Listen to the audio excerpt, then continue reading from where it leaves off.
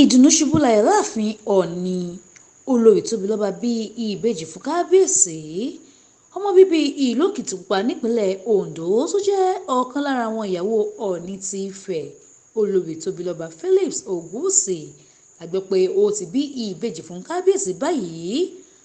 Ọba Adéyẹyè Ẹnìtàn Ògúnwùsì ló fi ìkéde náà síta lórí Facebook ẹ̀ pé ọjọ́ 16 oṣù kẹta ọdún yìí ní olórí bí ọmọ tuntun náà.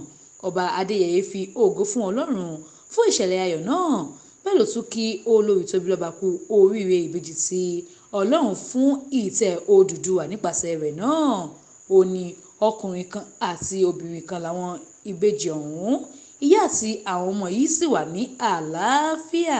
A gbọ́ pé gbogbo ètò ló ti bẹ̀rẹ̀ láàfin Ọọ̀ni báyìí láti gba àwọn ọmọ náà wọnú ààfin. Onírúurú ìgbésẹ̀ tó yẹ kí àwọn ìṣòro gbé ni wọ́n ti bẹ̀rẹ̀, bẹ́ẹ̀ làwọn abániyọ̀ ti ń lọ sí ààfin náà láti kí Kabiesi kú oríire ọmọ tuntun náà. Mariam Ọláníyì ló ń jábọ̀ ìròyìn fún Etí Ọba TV.